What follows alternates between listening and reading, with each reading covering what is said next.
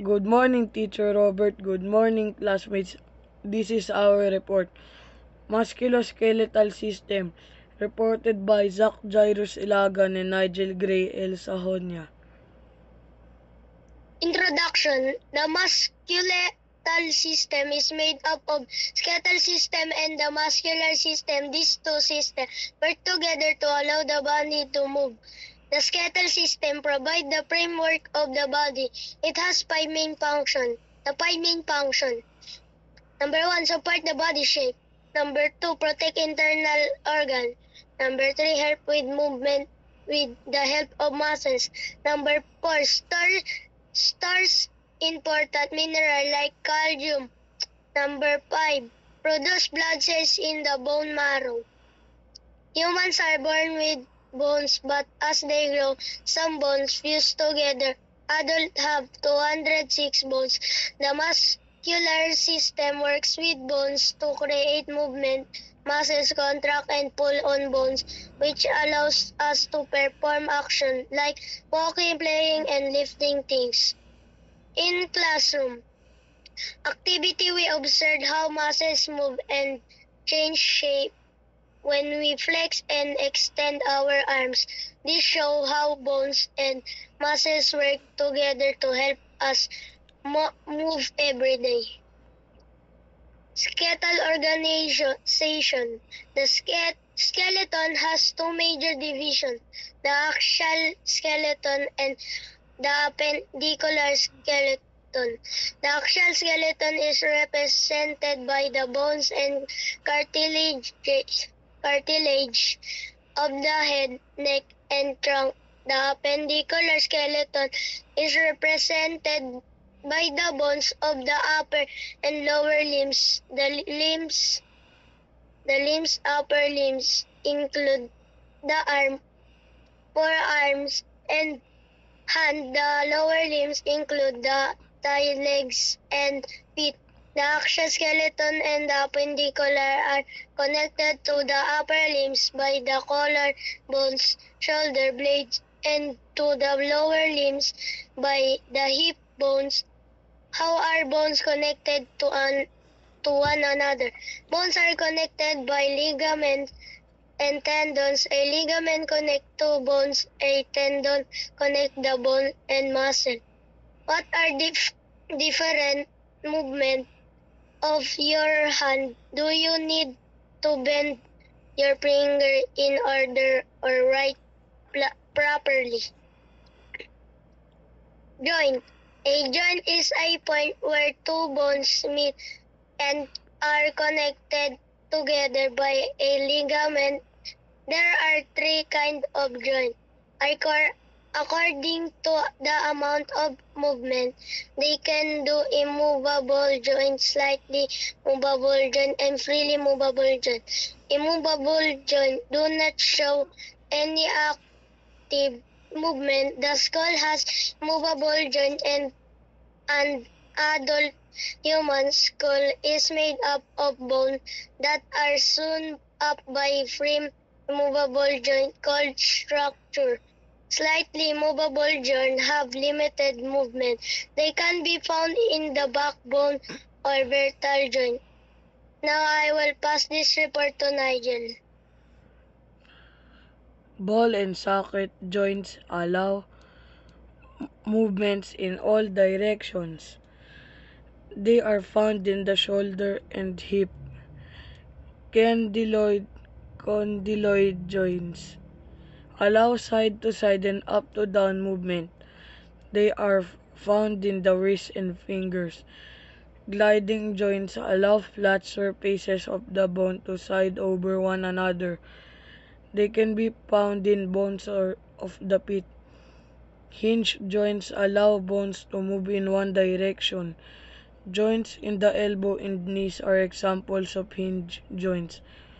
Pivot joints allow rotational movement, just like the bones of the neck vertebrae.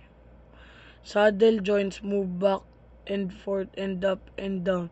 They are similar to condyloid joints but move freely. An example is the thumb joint. Muscular system. The muscular system consists mainly of muscles as its organ. The basic actions of the muscle are contraction and relaxation. Contraction happens when the muscle fiber becomes shorter and thicker. Relaxation when the muscle fiber returns to its original form. As the muscle contracts and relaxes, the bones move because the muscles are attached to it. Types of muscle tissue. There are three types of muscle tissue: skeletal, smooth, and cardiac. The skeletal muscle is a muscle attached to the bones. It is a voluntary muscle. It moves through conscious effort. Examples of the movements of skeletal muscles are eating, talking, walking, and running. The smooth muscle is not attached to any bone. It functions even without your knowledge. It is an involuntary muscle.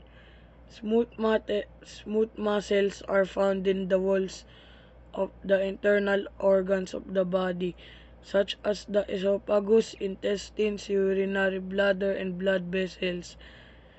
The cardiac muscle is another type of involuntary muscle that makes up the heart. It moves continually. It is also not attached to any bone. It moves to pump blood from the heart to the blood vessels in the lungs. Coordination and disorders of the musculoskeletal system. The musculoskeletal system is responsible for body movement. It is made up of bones, muscles, and connective tissues. Skeletal muscles are attached to bones by tendons and control voluntary movements. Each skeletal muscle has two ends, the origin immovable and the insertion movable. When a muscle contracts, it pulls the insertion towards the origin, causing movement. Muscles usually work in pairs of groups where one contracts while the other relaxes. There are also common disorders that can affect this system. Muscle strain happens when a muscle is overstretched. It can cause pain and swelling. Stretching before exercise can help prevent it. 2. Sprain occurs when ligaments are damaged due to twisting, often in the ankle or knee. It causes swelling, bruising, and pain. Number 3. Carpal tunnel syndrome, caused by pressure on nerves in the wrist. It leads to pain, numbness, and weakness in the hands, common in people who repeat hand movements. Scoliosis is a sideways curvation of the spine. Mild scoliosis may not be serious, but severe cases might need braces or surgery. Taking care of the musculoskeletal system through proper exercise and posture can help prevent these problems. Coordination and disorders of the musculoskeletal system. Osteoporosis. Osteoporosis is the weakening of the bones due to decrease in bone mass and strength loss. As a person gets older, there will be more bone loss if calcium intake is not enough. Osteoporosis is common among adults, but it can happen to children as well. That is why regular intake of food is rich in calcium, such as milk is recommended. That's for thank you for listening. Bye. Ay, Bye.